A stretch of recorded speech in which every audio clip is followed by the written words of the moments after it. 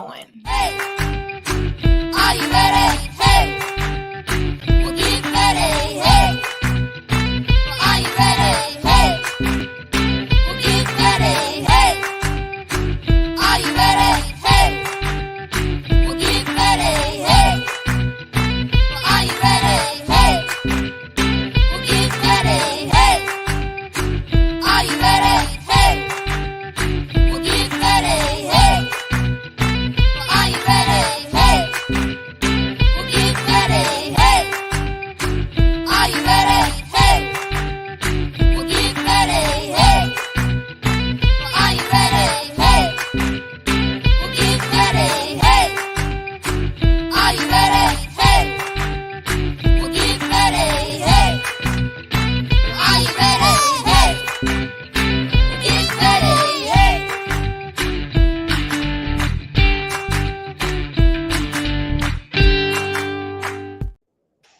Yo, what's up, guys? Can everybody hear me and see me okay? Yes. Loud and clear. Yes, everybody. Okay. Get I'm just ready. making sure everybody can do it and get ready. Take a second and send this to somebody that you love, that you actually care about and want their lives to be changed. I'm overjoyed about all of the guests that I have on tonight and just everybody that has decided to say yes to the call of God and my texts and phone calls to be on this panel. I know that this is a topic where it may be a bit uncomfortable, but I'm very excited to hear what the gentlemen have to say tonight and what advice they can give. Tremaine, your wife is already on. Deacon B, your wife is already on. I know that Ola is working. Indy is on her way, and Rachel is in the background. So all of your wives are listening and are live. I got about an hour to tell the truth, so you better get me now. I don't know how much The rest time of the you rest of really these guys, I can't vouch for them, but I got an hour. I'm just going to text you my answers and let you say them, okay? Okay. Smart man. Okay. Well, take a second, guys. Like and share. Send this to somebody. I wanted to go ahead and dive into the topic of infidelity and reconciliation. And I know that this is something that a lot of people do experience, or you know someone that's currently going through it. And it could have been us. It has been us, and it has been the ones that we love. And so when that is the case, I know that reconciliation is always available and it's always a choice, but it's not one that's always chosen. So my question tonight is how do you go through that and still say, okay, I choose to be with this person? Because let me tell you, let me ask y'all the first question. Because I know y'all can be biased, because if it's y'all, you know, forgive me, I need to be forgiven, Jesus forgave me, why can't you forgive me too? But if it's the woman who steps out, what is the take on that, and how do you guys handle it? Deacon B, he looks like he got something smart to say. Tremaine is already chuckling.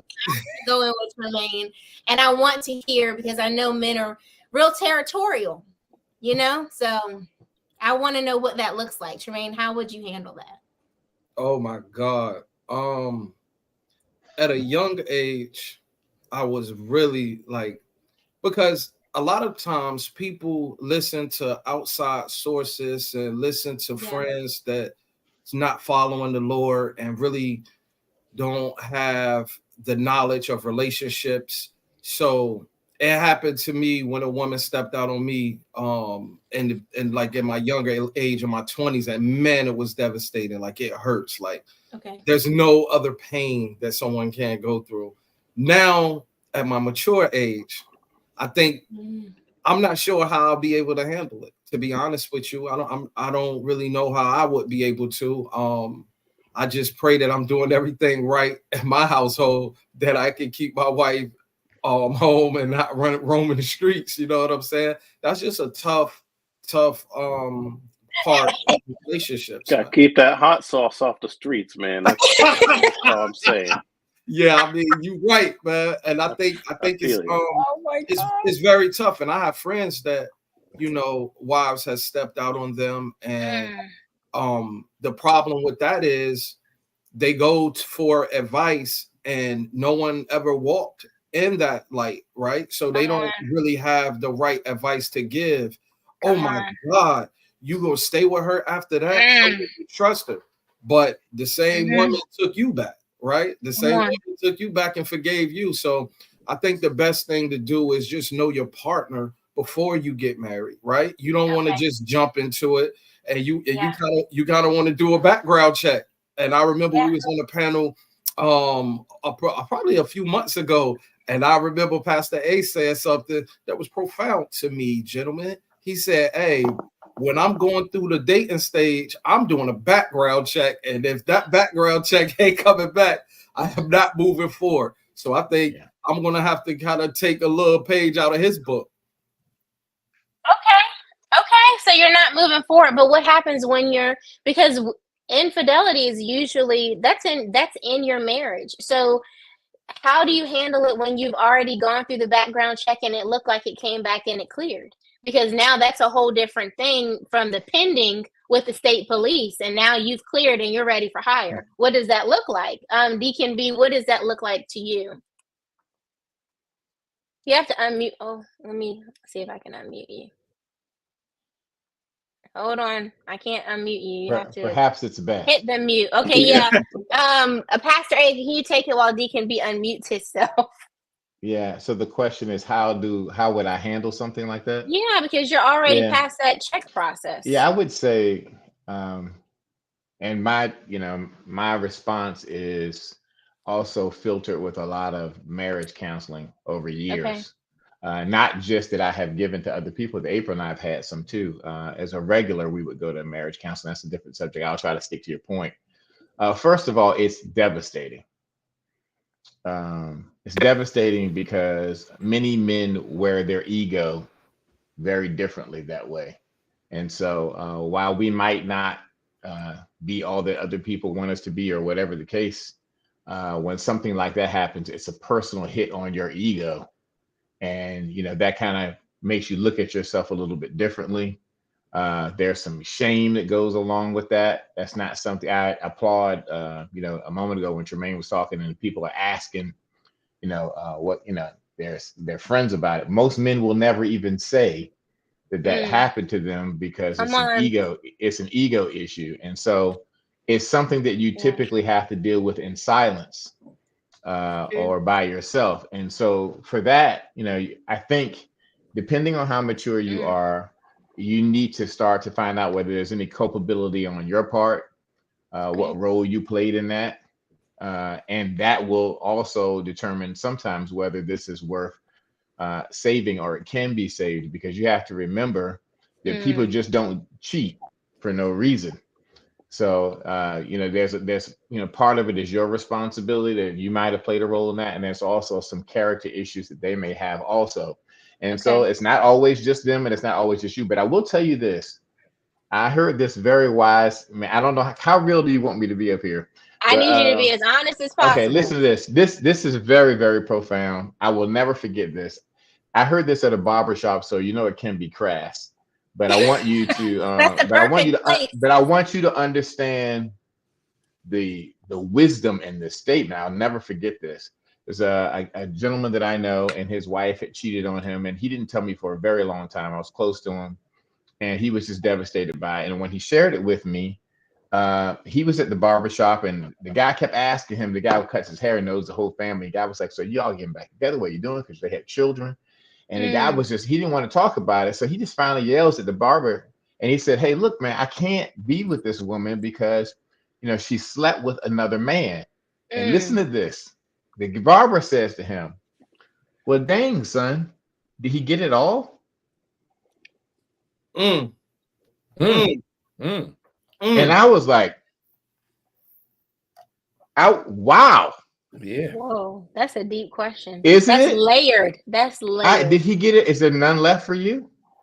Is there Yeah. nothing left for you? And so when I start to look back at that, I'm just thinking, and since then, many years went by, and I had to counsel people in the entertainment business who had gone through stuff. And there was this one guy, a very well-known person. These are both very well-known people, and they were dating at the time. And the rumor mill kicked in on the woman that he was with. That she had been in a lot of different rooms. That's the best way that I can say that. And beautiful person, great person, but she did a lot of this stuff in his youth. And I said to him, Mm, when you find the one, Yeah. Okay. If that one is a diamond, does it make any difference how much dirt the diamond has been in when you find it? Ooh. Mm-mm-mm. So I'm just saying, if you got a diamond, it's worth cleaning it off. You put that, it's still a diamond, bruh. Okay, so you got to get over your ego, and you have to. If you're gonna be in marriage, I'm not talking about relationships. I'm not talking about dating, but if you're gonna be in marriage, you have to put your ego aside, and I'll give the rest of the time to somebody else. Deacon B, I was asking you, and then there's a question, and Josh, I'd like for you to take a go at this question that's getting ready to come up from Lulu. But Deacon B, what is your take on dusting off the diamond? Because knowing my father, I want to say he will say there's a whole jewelry store, but I don't know. Yeah, but your daddy know every jewel is different. Come on, right. But this is just Yeah. the daughter thinking about how he would tell me to move from whatever jewel I thought I found. So this is an interesting take from the male perspective. Deacon B, what would you say? Well, to me, first of all, it depends if children are involved. That's a big catch. When children are involved, you have to think not only what's going to damage you, what may damage them because you feel in a certain way. And even though you have to realize for once that you can't walk on water. So you may have done some stuff, just not gotten caught at it. So in my opinion, when you've done some stuff to get caught, you really didn't do it. But God knows the truth. But we're not going there. Amen. Amen. Right. The pastor has gone. Well, guys, if nobody saw it, did it really happen? Hey. If you didn't hear the tree fall, did it really get cut down? Okay. Did it really make a noise? So when kids are involved, everything's different. You know what I mean? Me and your mom have had some tough times. You know what I mean? And the bottom line is, my mom used to say sometimes you can't stay in a relationship for kids. I walked out with 4 kids. But that was you, and that was back then. And it's different from a woman's point. From a man's point, I couldn't see another man raising my kid. Okay. So whether I messed up or she messed up, it's gonna be some nights. Back in the day when I was younger, it'd probably been some bad stuff happening. You know what I mean? But I'd have still stayed together. I like I said before in other shows, I had to sleep in the bathroom some nights, but we still stayed together. That's all right. He was in the bathroom with his feet up against the door, by the way. Feet up high because she had the knife down low. But for real, sometimes you have to put yourself out there. The pastor said, it's an ego thing for a man. My woman's been violated. This is going on. It's disrespect too. What did I do? I was definitely working all the time. I was out there. Questionable sometimes if I was really working. You know what I mean? It's questionable sometimes. You know what I mean? So you just don't know how to handle it. It's a really tough situation. But when you have kids involved, you look at them kids and they crying. I'm a pretty tough guy, so I don't do a whole lot of crying. But when I see my kids crying, this is gonna bother me. Yeah, all bets off. So I'm crying. Oh, go ahead. Okay, well, I have to forgive her because I love her. But it's harder it's easy to say I forgive you, but it's hard to wipe that slate clean and forgive as a person because it's gonna come up. Like sometimes your mama might hear a name and a name come up and just trigger her being evil. I'm like, what I do now? What did you do? But but it's good that y'all are mentioning kids. Yes. But the kids go to bed, and then that's when intimacy starts. And in your mind, men are visual. All guys have told me that. My mom has told me that. Women have told me that. So your kids have gone to bed, and you're like thinking, dang, I love to get close. Y'all's closeness. But now you're thinking it's more than just her in your head. So there's that part there because I feel like that plays a role if somebody else has been in your parking spot. That makes sense. But we'll go. Hold on. But I want y'all to think on that and how do we move forward? We have some questions. You can't just leave that. We don't leave us thinking about that. Y'all gotta think about that, and then we're gonna call somebody pulled into your parking spot. They change it. Y'all. Let's not think about. Let's not think about that. You said we were visual. You said we were visual. Why are we doing this? I'm trying to tell y'all. You know, it's multiple cars in the garage now, and everybody Multiple acting like now. it's for the Jeez. kids. I'm just saying. Good But God. let's be honest. Let's be Let's honest. hurry up. Let's hurry up with the questions. I know. So Lulu says, and Josh, please take a stab at this. Lulu says, do you believe that marriage counseling can happen at any point in the marriage? If so, would any of you on the panel, no matter how long you've been married, consider it and actually agree to it? So can it happen at any stage in any year in marriage? And would any of the guys on the panel consider it? Josh, do you think it can happen at any stage? And then we'll take a poll and just say an aye of men that would consider it. Yeah, of course. Relationships are, to me, they're a little easier in the beginning anyway. You know, you gotta live with that person a while to really kind of see some of those deep dark secrets that might bug you, and then you get on their nerves too. I always heard about the 7-year stretch. Like after about 7 years together, a lot of times couples sort of stretch apart, and that could just be, you're entering a different season than they are. For some reason you're out of sync. That's good. You've gotten comfortable, really comfortable, that kind of thing, and stop caring about yourself or others or whatever. So women go to the gym. He's saying, get in the gym. Okay. Again, I'm texting it, but I'm not saying it right now. That's no. But yeah, I mean, I would even argue it's probably going to come in handy further down the road than just before you get married. I know that's the very traditional thing to do, and that's probably very helpful for couples that really have no clue what they're getting into. Some people jump in the marriage kind of quick. They definitely need some advice. Okay. Josh is trying. His wife might be near, guys. Also, it's someone told me it's cheaper to keep her. So put the work into it, because the alternative probably isn't as good as you think it's going to be. Long the road. Grass is not greener, he is saying. So I'm going to just take an aye, and then we're going to move on to the next question. If you would consider, men on the panel, actually going to counseling and just agreeing to be present and try it out? Everybody raise a hand if you'd consider it. Deacon B and Tremaine, I said raise a hand. Their hands are being squeezed by their wives too hard right now. I just feel, I don't know if I would trust someone telling me what they feel or what they think when they may be going through the same turmoil at home. Okay. Not for me. I'll keep on this a little bit. We did this, and I will say it was helpful to kind of break the ice around some of the very real issues that happened. Mm-hmm. But I don't know why or exactly what happened, but after I think just like after like 2 times, somehow we just sort of decided, like, let's just figure this out. Let's just work it out. Let's That's incredible. We're both on the same page here. We both want the same result. So let's figure it out. And I don't think we ever went back. It's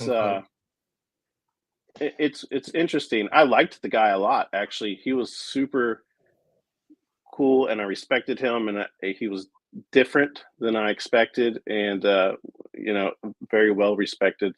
Great guy. Okay. But yeah, I think after like 2 or 3 times, we were kind of like, I think we got this. And really, usually I think these things happen to get the partner's attention. So maybe it's just whatever it's going to take to snap the other person out of it and kind of wake up and see, like, okay, like, all right, I get it. I see where you're coming from. Can we figure this out? Okay. Pastor Bree. Go ahead. As a person who has done a lot of counseling, but I will say this on the other side of that, and that's the only reason I'm speaking up here. April and I have been to many counselors. So, and I think that's a little bit of a different perspective, because being a counselor, sitting in front of a counselor, is it's kind of a trip, because I know where they're going. Right. You know what I mean? Had a bit of an advantage. That was fun.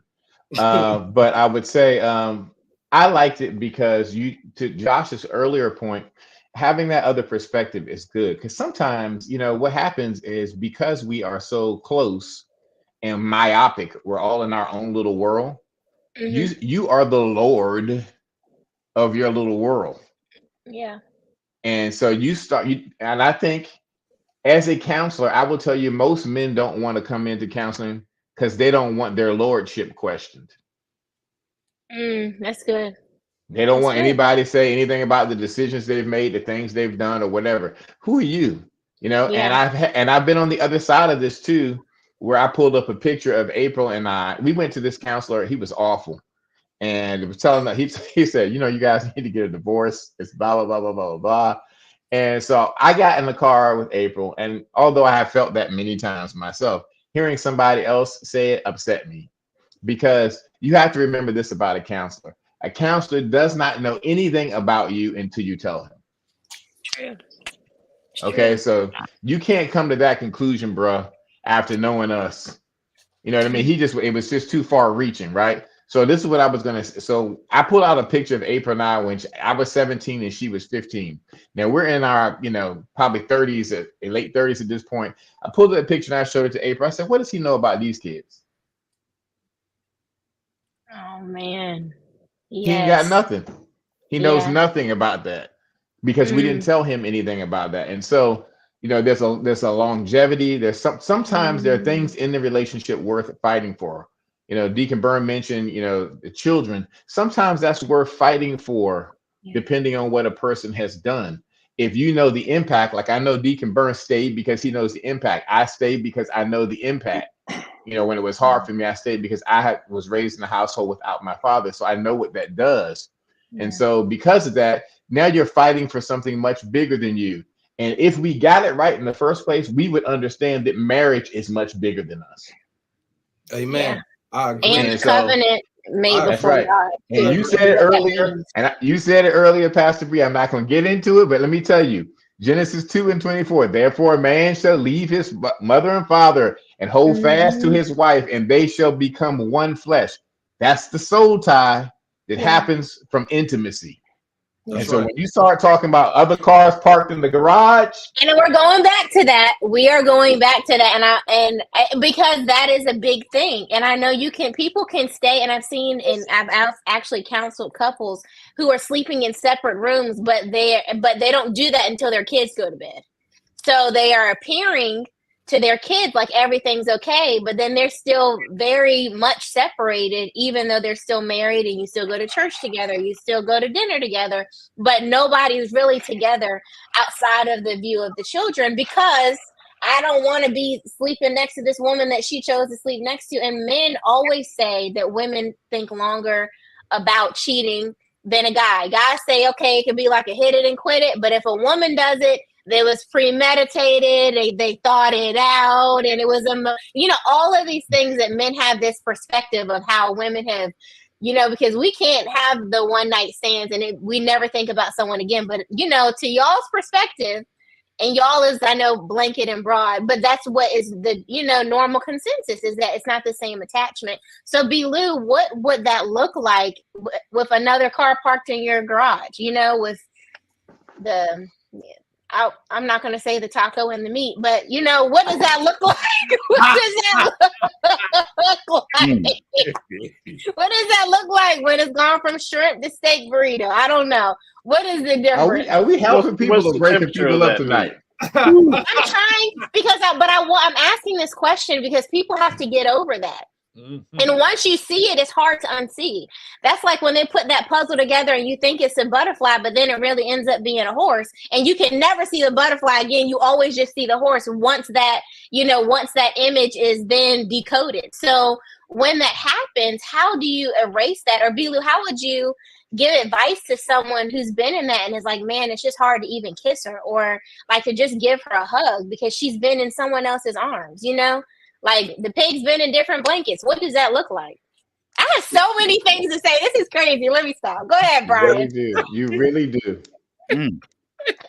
Dang. So I'm trying to think of something that's actually positive to respond to because you're talking to a married person now, someone you believe they should be together, but someone made a mistake. Personally, myself, I would end up in jail if that happened to me. So, snap! Is for real. Like that's one thing I've always told Indy. That'd be like my thing. I don't think I could ever look past that personally. But other people, like you guys have discussed, have more things beyond that. That like kids, or maybe you've been together for so long, you can find a way to forgive. But for me, man, I've never been. No, everybody feels that. Everyone feels that. Man, you go through all of it. Yeah. Man, I want to know why he could be in jail. I hope he's killing the other guy. Well, I'm still stuck on that. No, Belu, you won't be in jail. I would never hurt Indy. No, Indy wouldn't even do this. But if you're giving someone else advice, how do you say, hey, it's worth it? The diamond is worth dusting off. Well, I don't think I wouldn't be the one to give that advice, to be honest. I wouldn't, because I wouldn't have anything positive to say. I mean, I would be like, you got to pray about it or find counseling. I would suggest somebody that's maybe been married for a long time and has gone through it. I would give them that advice, but I wouldn't be like, dude, you need to forgive her. I'd be like, I don't know if I could forgive my spouse. I don't know if I could. I'm just being honest. And that's probably not the best thing to say to some people, but I wouldn't be the one that I wouldn't be able to do it. I don't think. So like when I think it helps. I love the honesty. I love that's what people need. Yeah. So I mean, I would definitely recommend get counseling. But I would say, since we're being honest, one, you would be surprised what you can do when it happens to you. That's one. That's right. And I don't want to work because there's a lot of things. There's a lot of things that we have all done that we did not think we could do. So that's one thing. The other thing too, I would say, is that it's also easy to believe that it's a non-recoverable event when you think about someone else doing it. Yeah. But if you did it, then suddenly you can think of many reasons why somebody should forgive you or be understanding or have some empathy. But I do appreciate your honesty with that. Well, I do have something I've had to be forgiven for things before in my past. Yeah. So I'm not perfect. And I've always, like we were joking earlier, like, when we do something wrong, we're like, come on, I said sorry, forgive me. Yeah. So, just like if someone cheated on somebody, lying and, dishonesty, just other things like that, I've lied plenty of times in my life and I've always expected people to forgive me and, I've made plenty of mistakes. So I think that in that situation, I guess you would have to forgive them and try to do, like if I was the one cheating, I would hope that my spouse would be able to remember all the good things I've done before that, I guess. Yeah, I can respect. Well, and seeing the good in people is sometimes difficult when it's covered up by the bad, and you have to be able to look past. You have to be able to, I believe, look to tomorrow, even in the midst of today. And that's not always easy because tomorrow doesn't look so good either because today's been so terrible. Andy has a question. And she said, have you ever had to give advice to anyone to actually leave when it gets bad or stay when it's been bad? Tremaine, what's your take on that? Have you ever had to give advice to someone, hey, you got to go, or you really need to try to stay and work this out? Well, first of all, I would like to say, since I've been on this panel, you don't have no idea how many people been reaching out to me about advice when things is getting bad. Quick story. I was at my cousin's house. He was having a get together, and it was a lot of couples there, married couples. And my wife, she had the victorious brunch, so she wasn't there in the beginning. And we were all interacting with one another. And once Hot Sauce walks in the door, our song come on, right? And I really like your smile, what you done to me. I can't explain it. I'm so into you. So we get up. Let's go, Tremaine. You know what I'm saying? So when that joint, that hot sauce started spilling, I grab her hand. So I start doing the two steps. So and Lulu can dance. She can dance. I'm gonna tell you right now, she can dance. So we dance it, and one of the ladies was like, hey, I love you guys' relationship. How in the world do you keep the spark? How it's like you guys always interacting, and you're looking at the other couples, and it's like, please don't talk to me right now, or just standing off. So to answer Indy question, yes, but I would never give any advice to say leave, because dusting off that diamond hit different. It would be a great title for a book, Pastor Amen. You're gonna talk offline about that. But dusting off the diamond, because things got bad in our relationship. We go through things all the time. It's not for the public to see, and I don't think you should hide conflict from your children, because now you painting a false narrative. And how you going to guide children through life thinking that it's all peaches and cream? How you going to guide them and let them know how you can resolve issues if you growing up in a household and you're letting your children seeing no conflict? So when they get older and they experience conflict, well, when I was growing up in my home, my parents never argued. So now they're not going to know how to work through conflict because they never seen it or they never experienced it. So when you going through certain things in a marriage, you got to check with self first. I can't check you if I can't check myself. You want to go to counseling? Okay, cool. Well, how about you start going to counseling by yourself and working on issues that you have, and then maybe I'll consider going to counseling with you. But you can't just throw me into the bucket to go to counseling when you have underlying issues that you're bringing into the relationship. And a lot of times insecurities and things of that, because Hot Sauce and I went to counseling before in the beginning. And the lady said something that was very, very intriguing to me. She said, both of you guys are very, very attractive people. And I said, touche. So she said, you know, what you're going to have to understand is people is going to like you because they're going to look at the physical. They're not looking at the spiritual or the mental. They're going to like you. Come on, tell the truth. Now, when they like you, you may not like another man looking at your wife, and you might not like another woman looking at your husband. Yeah. However, this is life. We all flesh and bone. So people is going to look, and some of them going to holler. Now, I'm going to tell you right now, bad women holler, but I don't holler back. Okay? So you got to understand who you marry. If you wanted to be with a handsome, attractive, smart, intellectual man, then this is what comes with the territory. You like yourself. Yes. Touche. So, and men, if you want to be with a beautiful, intellectual woman, come on, tell the truth. There is men.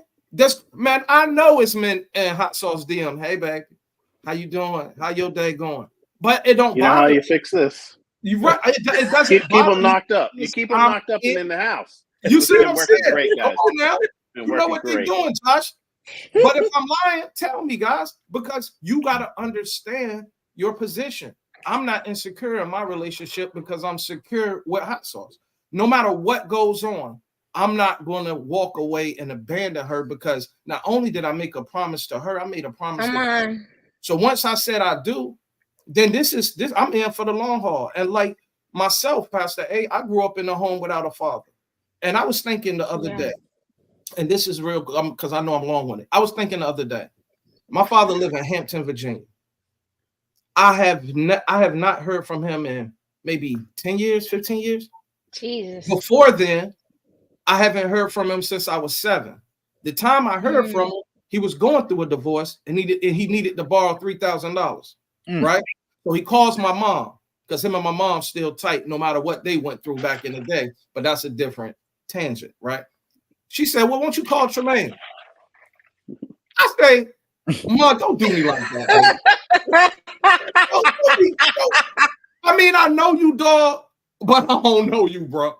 So with that being said, man, I cannot imagine living within the 7 cities and not talking to my flesh and blood that share my DNA.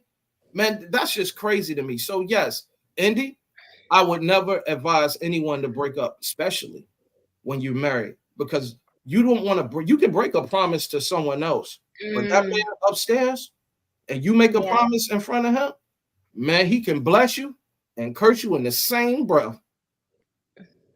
He can bless you or he can blast you. Just saying. I mean, God has grace. We're not going to go there. Yeah, I'm not going to say that. Have Yeah, grace and mercy. absolutely. But I do understand you don't want that on your hands as well. Terry Benjamin has a question, and I would like Deacon B and Josh to take a stab at this. What happens when your spouse sleeps with the same sex?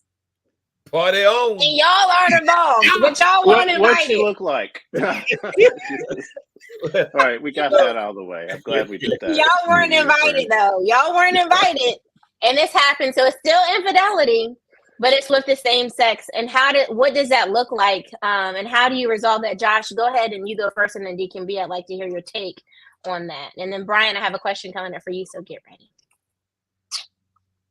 Well, I would assume there were different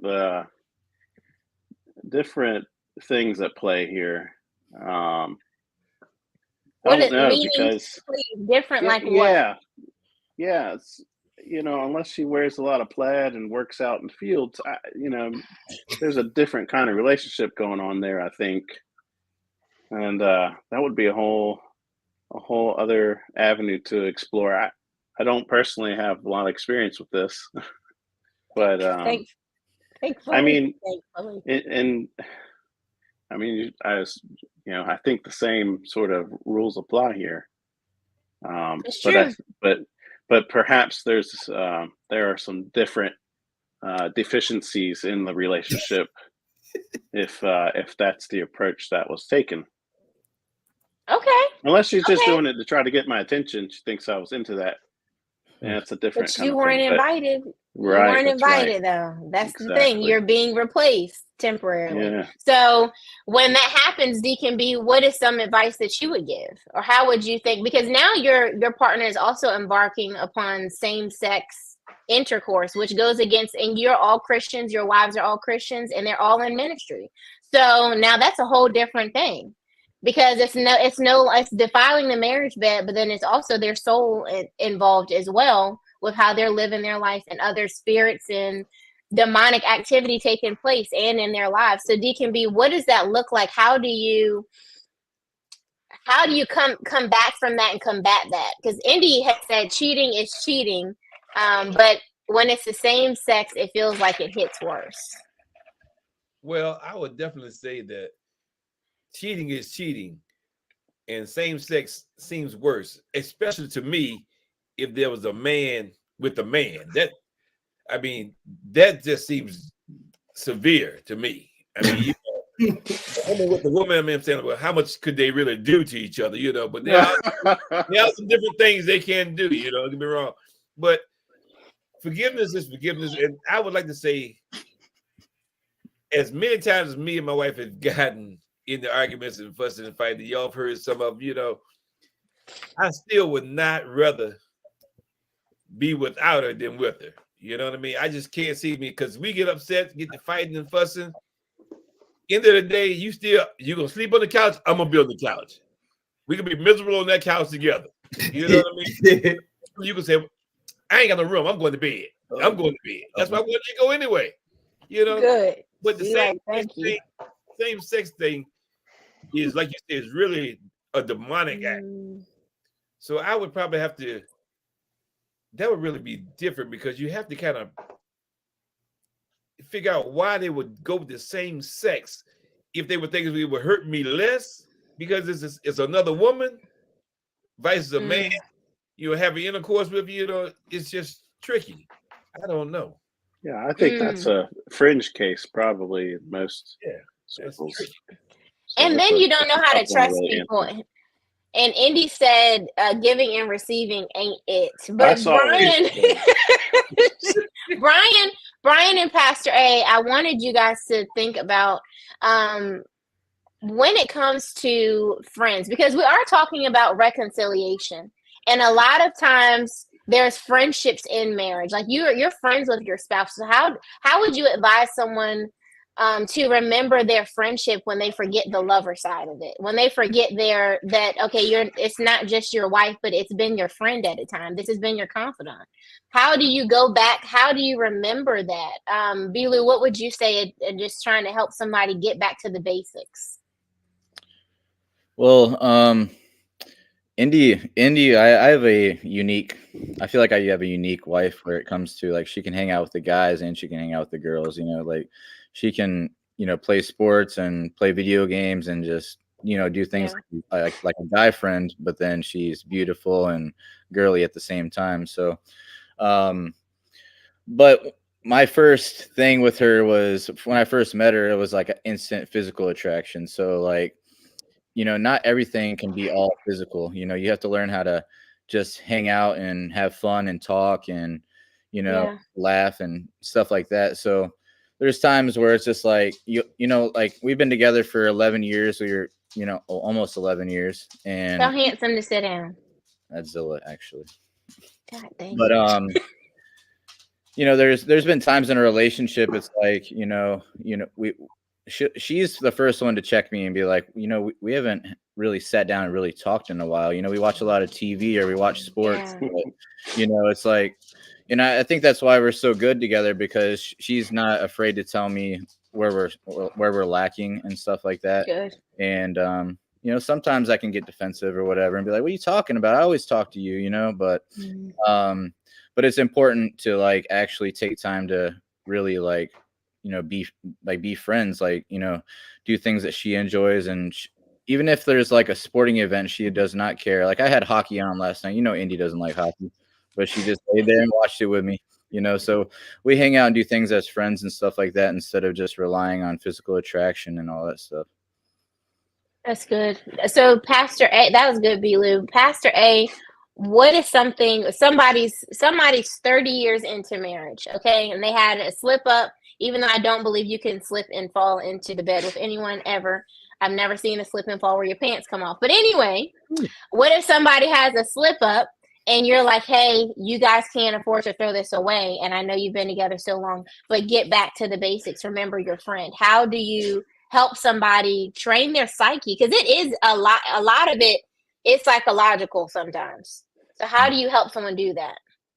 Yeah, that's a good one, because every relationship is different.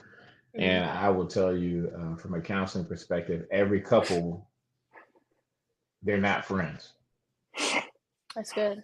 Okay. So because they're not friends, they don't even have that to fall back on. And sometimes it takes a long time to become friends with somebody, no matter how long you've been together. So I think it's different for every relationship. You have to remember that, we like to say opposites attract. Yeah. So you may not have a lot in common with the person that you're in love with. I know that sounds very strange, but that could actually happen. But the things that matter to you those are where the boxes are checked. And so then you have to forge a relationship together, and then you have to find commonality. So a relationship of longevity tends to have a lot more commonality than a very short-term relationship. Mm-hmm. So you could be married for 2 years.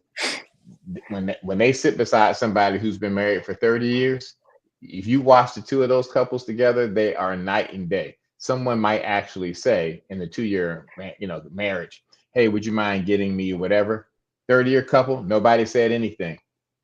You got the drink, you got the robe, you got some. I knew you were cold. I got the blanket out already. Like this is happening now. I'm interpreting your thoughts. I'm with you. I got you. You know what I mean? Yeah. So absolutely.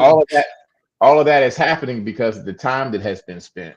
Yeah. And so, but that's the type of thing you can miss, right? The person, that's just where when people get upset and they say, hey, look, it's hard for me to sleep without you in the bed with me. Nothing's happening. I just know you're over there. He ain't get married to sleep alone.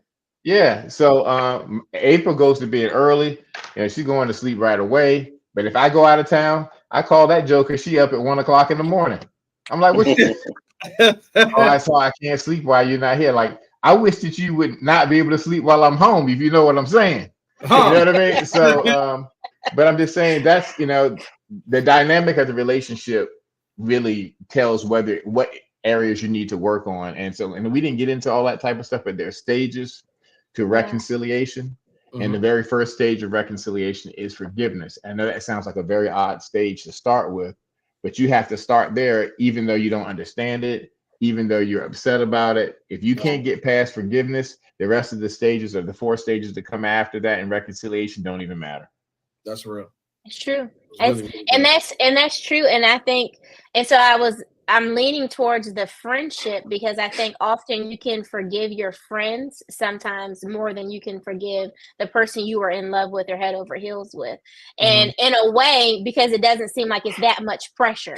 Like your best friend doing something and upsetting you versus your boyfriend, sometimes you'd be like, well, he knew better because it was so and so and so. So sometimes that, if you can remember the friendship, you remember the love and the agape love and the unconditional love, because we have friends for years. You break up with a person and you'll never see them again, but you'll hold on to a friendship and ups and downs. My longest friendship is 15 years, and we've had our ups and downs, and you can ask Taylor right now. She'll be like, Lord and Kyrus has stuck around. I'm like, Lord and Taylor has stuck around, but we've broken up with people. We dated best friends, and they aren't even friends anymore, and we don't talk to them, but we're still friends. But you are saying something, and I know we don't have time to talk about it, but it is the equal yoke that we're talking about. So friends can be equally yoked also.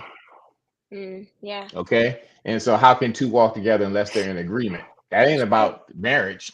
No. You get what I'm saying? Yeah. That's about you being in agreement. So somewhere along the line, you and Taylor have agreed on a principle that is acceptable for this relationship, and you guys won't cross that. What the difference is that a lot of people who are married are not on the same page. They're not equally yoked, and they're not operating under the same principles. And because they're not operating under the same principles, they can neither get together or separate like they want to without causing a great deal of damage, because they're using different tactics in their disagreements or in warfare. You know what I mean? So that's another for another day, but I'm just saying that's just how it is. So you can forgive a friend, but a friend is not, and I don't want to make light of friendships because I got some long-term friendships too, but a friend, I don't have a soul tie with a friend, and I'm not yoked to my friend, and I don't have a bond with my friend, and therefore the act of betrayal from my significant other is a deeper cut. Come back next week. Okay? No, I mean, yes, the wives will be on next week with you guys. So I'm excited to see what that looks like. And I think I lean towards the friendship and marriage, because there should be, not that there always is, but if there is one, and Deacon B and Pastor Kyrus and Deacon B, you can correct me if I'm wrong, but they're like night and day when it comes to certain things, but they have their level of friendship where they get each other. Now, my mom, if my dad falls asleep at the end of the bed, she still might not cover him up, and he's going to wake up and be cold. And they've been together for years, because she's doing whatever she's doing, but she knows he wants ice cream at night, and he'll pass the fridge, and she knows to grab him some water and bring it up, even though he passed the refrigerator and had some type of cup in his hand, but it wasn't his nighttime water that he's not going to drink and is going to be there tomorrow morning. So I understand those dynamics, and I've been blessed to see that. And Tremaine, I've been blessed to see my parents argue. So when I date, I don't get into an argument and think it's the end of the world, because I've seen God bless them. And Pastor A, you're right about the soul ties and the yoking, and then just even listening to B. Lou saying, hey, I don't know what kind of advice I could give in those types of deep situations, because the hurt is deep. You stay for the kids. Sometimes you stay for the friendship. Sometimes you don't know what to do. And Josh had a great point where you're talking about counseling, and you go and you do let someone in, and then it's not, you're like, dang, we could have really just done this. And he's made a great point, and I've heard you say, Josh, it's for the attention. And sometimes it can be to get your attention, but it's not always the good attention that's gotten. And so I know men are very territorial, and I appreciate all of your perspectives tonight and just coming on and being vulnerable. And I'm excited if everyone is available to come back next week to see what the women have to say and how this is really handled on the couples panel when you have the people sitting next to you. Because I'm going to ask this question, and then I want the ladies to think about this for next week. What do you guys think? And I want everybody to give a quick 2-second answer. How do you handle the mama's boys and when your moms try to split up your marriage? And I'm quickly, and I know this is layered, but I want to hear everybody take a quick stab at it. What do you do if the in-laws, like a mother-in-law, is trying to break up your marriage? Tremaine, you go ahead first, then B. Lou, Deacon B, Pastor A, and we'll finish up with Josh. That's a good question. First of all, your mother, she thinks she knows what's best for her child, right? And you can take it into consideration, but at the end of it all, your mother, she's not going home with you. She doesn't see what you see on a day-to-day base, right? Because I'm gonna let you know something real quick, and I'm gonna be extremely vulnerable. My mom did not want me to be with a hot sauce because she thought hot sauce was going to be a reflection of her mother, and everyone knows they don't get along, and vice versa. Hot sauce mother didn't want her with me because she thought I was a player and I got all this game. She just can't understand. She thought you were a sniper. She thought you was a sniper, but you weren't. No, because what I realized in life, right? And guys, correct me if I'm wrong. People are afraid of what they don't understand or what is foreign, right? It's like when you start a new job, you got those butterflies, you don't know what you're getting into. And sometimes people are afraid to walk in that or to accept a person that they never really been around, right? So that's what that was in that situation. So let's go back to it. My advice would be, don't share relationship issues with your mother. You got to learn how to separate the relationship with your mother and your wife. And when your mother says things that's belittling or not encouraging the relationship, you need to respectfully let her know, Mom, I love this woman and I can't really allow you to disrespect her like that because I wouldn't do that to you. And if you love me, you would be able to trust my judgment. No matter what, I need you to be here with me. And out of respect, can you please respect my wife or this woman that is going to become my wife? Because I will always respect whatever decision you made. You made me, you raised me, I'm a grown man. And please trust that you raised me to make the proper decisions in life and with my wife. And that's just okay. Okay, I don't know if you actually have done that, but we'll save it for next week. We're going to go to B. Lou because I hear you talking, but I don't know if you had talked. But anyways, go ahead. Brian, what would you say? What would you say, Brian, if your mother is trying to split up your marriage? So something quick. So I would say, to make it quick, before I met my wife, my mother was the most important woman in my life. But then once I met Indy and married her, she became the most important woman in my life. So, whatever it's going to take to keep Indy in a happy marriage is the most important thing to me, So I would say what your mother thinks bears weight in your life doesn't trump what, your wife thinks at that point. That's good. That's good. Okay, Deacon B, who is king of the mama's boys, if I might say so myself. I love you, Granny. Okay, go ahead. Right. Well, I mean, my mom actually felt like Kara's mom. They didn't really think that we should belong together because we were always really fussing and fighting and arguing. Both of us was jealous. It was just crazy. Pastor can attest to that. It was just crazy. He probably didn't want me to be with his sister. You know what I mean? Because it was so crazy. I didn't want to be with her. That shit was tough. I said to myself, and when my mama said, well, and same thing, mom said, y'all need some space and do so and so and so. I said, look, I'm thinking to myself, y'all must not see how fine that chick is. I will stay in this house. We don't work.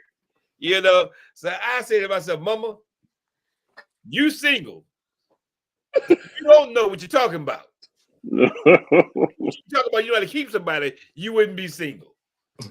So I listened to what she said. That's the last time they talked. We went to my house. And like the best thing to do, fellas, is don't give them no ammo.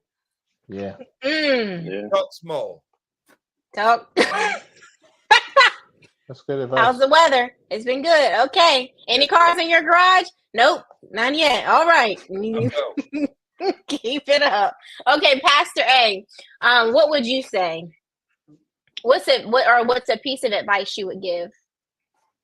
what's the advice that I would give if that was happening to me or someone else? Or what have you said? You can come Yeah. from your perspective or Yeah. advice Well, you would give first that of all, hasn't been you. I am a mama's boy, but I am also Mhm. a grown man. Okay. Hello. And because I'm a grown man, ain't nobody gonna tell me what to do. You can Okay. advise me all day long, but my Yeah. mom, God bless her, my dad wasn't there, but my mom raised a grown man. Okay. And so I have a lot of confidence in my decision and the ability to make a great decision. I picked really very, very well. Yeah. Okay. And because I picked well, I can't let somebody who doesn't have the exposure to what I picked tell me about how to treat what I picked. Come on now. Okay. Okay. Okay. So I'm trying to keep it short, but I'm just saying that's the gist of it. You don't know what I know. You ain't been exposed to what I've been exposed to. And so if I come home venting, because there's stages to this, Deacon Burns said, talk small, but there are stages when we all share Yeah. too much information or we share information, maybe not too much, depending on the dynamic in your family, and you get their insight. And I think that's an important part of the development of your relationship. You need to kind of understand other perspectives, but there Yeah. comes a point where you do have to cut it off when you see it becoming toxic or negative. Now, my mom never said that about. Now, I was, maybe I was like what they thought Tremaine was. I don't know. Maybe I was, I was out there. You know what I mean? But my family immediately was smitten with my wife. They were smitten with her before I was. And when I had a difficult time in this relationship and I wanted out of this relationship, they were Yeah. the ones who talked me into staying. Oh, that's good. That's good. You know what I mean? So you can't dismiss everybody. You know what I Mhm. mean? And there is things that are worth sharing, but you kind of have to be smart enough, intelligent enough, develop enough, mature enough to be able to filter out whether that's somebody talking because they have an agenda or whatever the case. And this is true. I counseled people before I was married, but I would not personally go to a counselor who isn't married because I do need them to Yeah. identify with what I'm going through. And I do know that my advice to people who were married before I was married was very, very different. So Mhm. to Deacon Burns' point, if you're taking advice, I don't care who they are, if you respect the person, you love the person, if they're not married, you can't really we in strange territory for you. You don't understand. I mean, there's some principles, there's some good advice that you probably can give me, but I do have to I Mm. filter every advice that I get. And I'm a person who believes as a pastor on sound and good Christian Yeah. counsel, but I still filter that based on who God has made me. Mhm. And so I would just say that I don't let people determine, what I'm going to do that way, but you put people around you whose advice you can trust so you don't have to disregard it. That's good. That's good. Okay? All right. So, Josh, what would you say? Because I don't know, Josh, if you're a mama's boy or not, and your wife is in the comments, and so she can attest to this if this is true or not. But Yeah, from I'd your like to own ask her personal that question too. experience, yes, Rachel, do you believe your husband is a mama's boy? But from your own experience, what would you say, or how do you silence your mom, or your dad? When not, well, we won't go on your dad, but how do you silence your mom when she's disagreeing with something that's happening in your marriage? And y'all have been married young, y'all got married young, and you've been married for a long time. So there's been many seasons that you guys have been, experiencing just even from your youth. So how do you silence that? Yeah, see, my mom and Rachel would have been talking about how are we going to still hang out if we're not together anymore. So a little different That's a situation blessing. for me. I'm like, Mama, what about me? But She said you're not a mama's boy. okay, Kudos, Rachel. I'm fairly independent, I suppose. But yeah, Tremaine really hit on a lot of those points, right? It's like I'm a man. This is my household. This is my legacy. Like I'm in charge of this. And Mm, no one's gonna be able to make a better decision than myself here. yeah. So really, what I'm looking to mom to be is, like, uh, uh, um, as Solomon might have put it, a bosom to cry on, like somewhere I can go and A comforting decompress for a place. moment, like Yeah. be there for me, mom. I I'm not asking what to do, but just, just maybe be a place of solace for a moment. That's what I would want from my mom. And hopefully she could draw on some sort of experience to sort of guide me in the right way, right? Like one day I may be having these same conversations with my kids, and I know that my goal would be to, put them in the right direction so they can make the decision on their own. Yeah, that's the only way they're gonna feel great about it. I don't want. I mean, I had a Christian counselor tell me I should get a divorce. So it doesn't matter how qualified you think the person is. That doesn't mean they're right. So, That's deep. This is my legacy. This is my decision. That's what I'd want. That's good. Okay, I know Bilu had something quick, and then we gotta go. But Brian, what was your point you wanted to add? After just thinking for a second on the question and stuff too, I mean, most mothers would say, you're supposed to love your son and you want them to be happy, right? So if a woman is making your son so happy, why would you try to, get your husband or get your son out of that, the relationship where it's going to hurt them to leave that woman, So I think that's something that I would probably question my mom. I'd be like, you want me to be happy, Mom, and you see that I love this woman so much. Why are you trying to mess it up? So, I think that's something that I would probably approach my mother with if she was really trying to get me out of that marriage. Okay. All right. Well, stay tuned, guys. Sorry. Can I say one thing real quick? Oh, go ahead. Really fast. Real quick. I'm just thinking, ladies, you guys, I heard so many of you say, I'm going to judge my man on how he treat his woman. However, how he treats his mother. Excuse me, his mother. Yes. Thank you. However, you get mad and call him a mama's boy because he treats his mother well, and I know sometimes this feels like a double-edged sword. And I just want y'all to think about that. I judge my man on how he treats his mother and then call him a mother's boy and then give him slack for that. Oh my God, that is something we need to talk about and discuss, gentlemen, because I don't think that I think this is a double-edged sword right here.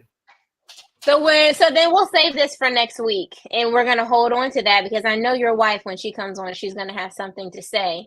Because all men don't have good moms, so I've had to change that saying and how I think in my life, because I've seen guys treat me better than they treated their moms, but I treated them better than their moms treated them. So it's a catch-22. You live a little bit longer, and I know y'all don't think I've lived that long, but I've seen some things. So I'm just saying, it just depends. But that is a great question.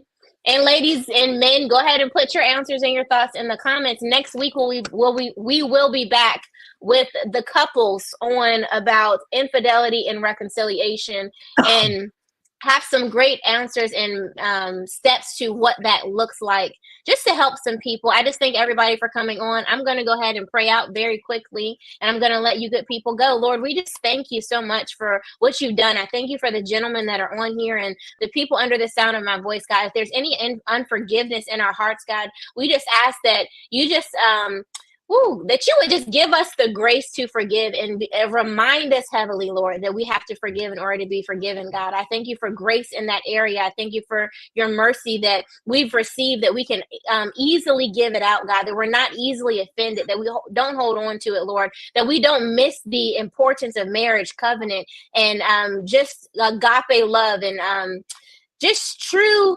vision and perspective of what the enemy is trying to do to marriages, couples, and families, and the kingdoms within the kingdom today, God, that we wouldn't miss it, that you just would allow us to be wise. The enemy is attempting to do many things, God, but we know that you know it all, and we know that you give us insight, God, so we thank you for the downloads, and we thank you for giving us the knowledge and the wisdom to know what to do with what we've learned. We thank you for all that you've done and all that you're going to do, and we will see each other again next week. In Jesus' name we pray. Amen. Amen, amen, and amen. I love you guys. I'm so thankful for everybody that came on. Thank you guys, and we will see you guys next week. See ya. Simple love. It's the back rubs and kisses in the evening, and the silly things you say just to make me laugh. Look me in the eyes and say you'll never leave me. Give me love, give me a girl. Yeah. It's my t-shirt.